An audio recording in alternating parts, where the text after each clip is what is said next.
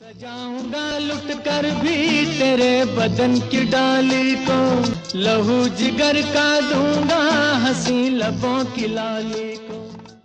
चढ़ती जवानी मेरी चाल मस्तानी, तूने कदर ना जाना है अगर दुश्मन जमाना गम नहीं।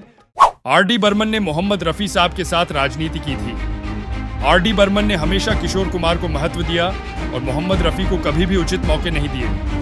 आर.डी. बर्मन मोहम्मद रफी से बहुत नफरत करते थे। आर.डी. बर्मन ने मोहम्मद रफी का करियर बर्बाद कर दिया था। इस तरह के कमेंट्स हमें पिछले कुछ दिनों से मेल या फिर कमेंट्स के जरिए मिल रहे हैं। इसलिए हमने रफी साहब के उन सम्मानित प्रशंसकों को जवाब देने के लिए, उन्हें सच्चाई से अवगत कराने के लिए यह वीडियो बनाने के बारे में सोचा कि क्या आर.डी. बर्मन ने रफी साहब के करियर को बर्बाद करने की कोशिश की थी या रफी साहब के उन बुरे दिनों में उनके करियर को बचाने की कोशिश की थी। है मिलन की साथी मेरे हारे, मोहे कहीं ले चल बाहों के सहारे। नमस्कार दोस्तों, जनता टॉकीज में आपका स्वागत है। यह वीडियो विशेष रूप से रफी प्रशंसकों के लिए और विशेष रूप से आर.डी. और किशोर प्रेमियों के लिए बनाया गया है, जहां हम केवल तथ्यों और आंकड़ों पर बात करेंगे। दोस्तों, क्या आप उस फिल्म के बारे में जानते हैं जिसमें पंचम दा ने पहली बार स्वतंत्र रूप से किसी फिल्म के लिए संगीत तैयार किया था? फिल्म थी छोटे नवाब, जो साल 1961 में रिलीज हुई थी। मोहम्मद रफी ने फिल्म में 6 गानों को आवाज दी, जिनमें से 2 सोलो और 4 डुएट गाने थे। एक और फिल्म जिसमें मोहम्मद रफी ने 6 गाने गाए थे, जिनमें से 2 सोलो थे और 4 डुएट्स थे, वह थी तीसरी मंजिल। यह वह फिल्म है जिसने आर.डी. बर्मन को हिंदी फिल्म उद्योग में संगीत निर्देशक के रूप में एस्टैब्लिश किया था। मैं हूँ प्यार तेरा, इनकार तेरा।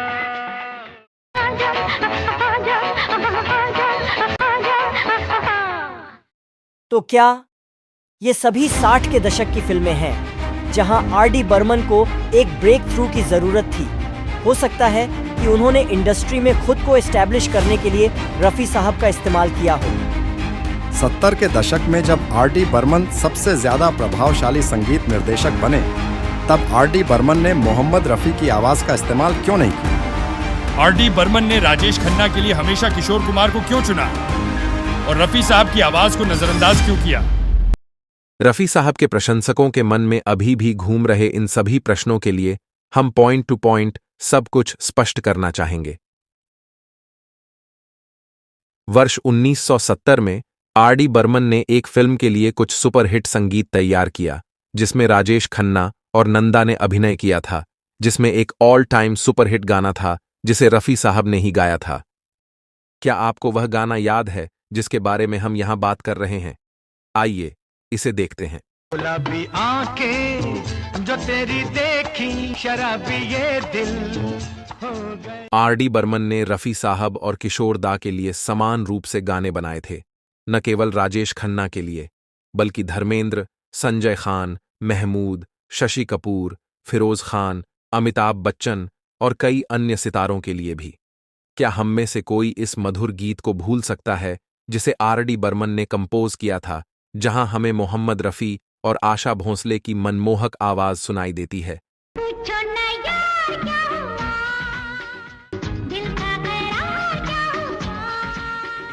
यार क्या हुआ? अब आपको हकीकत बताते हैं। 70 के दशक के दौरान मार्केट में एक नया ट्रेंड आया था, जहां आर.डी. बर्मन द्वारा रचित गानों में किशोर कुमार की आवाज होती, तो लोग आर.डी. बर्मन के संगीत को काफी हद तक पसंद करते थे। वहां क्या किया जा सकता है मेरे भाई?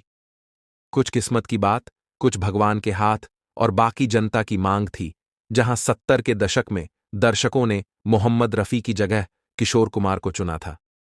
और अगर हम 70 के दशक की फिल्मों पर गौर करें तो पाएंगे कि वे केवल आर.डी. बर्मन ही नहीं थे जिन्होंने सबसे ज्यादा किशोर कुमार की आवाज का इस्तेमाल किया था। इंडस्ट्री के अन्य सभी प्रमुख संगीत निर्देशक जैसे लक्ष्मीकांत प्यारेलाल जी, या कल्याण जी आनंद जी, जिनके पसंदीदा गायक रफी साहब हुआ करते थे, किशोर कुमार को पसंद करने लगे। और ऐसा इसलिए हुआ क्योंकि 70 के दशक में किशोर दा की आवाज सबसे सशक्त आवाज बन गई, जो 1987 तक जारी रही, जब तक कि उनकी अचानक और दुर्भाग्यपूर्ण मृत्यु नहीं हो गई।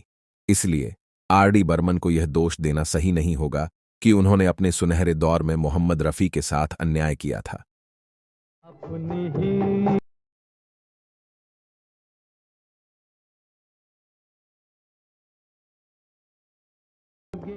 इस एपिसोड को आगे बढ़ाते हुए हम सच्चे रफी प्रशंसकों से कहना चाहेंगे कि सांप्रदायिक कट्टरपंथी आर.डी. बर्मन के बारे में जो कहते हैं उस पर विश्वास न करें कि वह किशोर कुमार को पसंद करते थे क्योंकि वह एक हिंदू थे और रफी साहब नहीं क्योंकि वह मुस्लिम थे।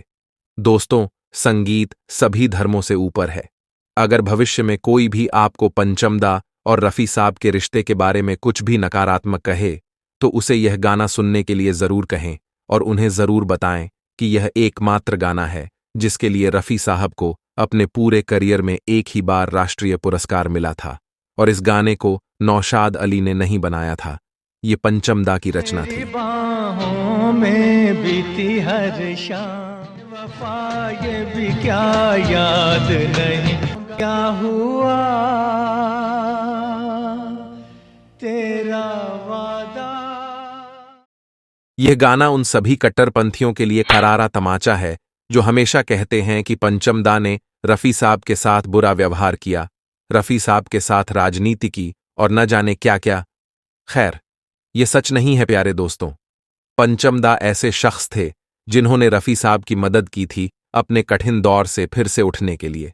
चांदनी हो तुम चांद से है दूर, चांदनी कहाँ दिल क्या महफिल है तेरे कदमों में आ, दिल क्या महफिल है तेरे।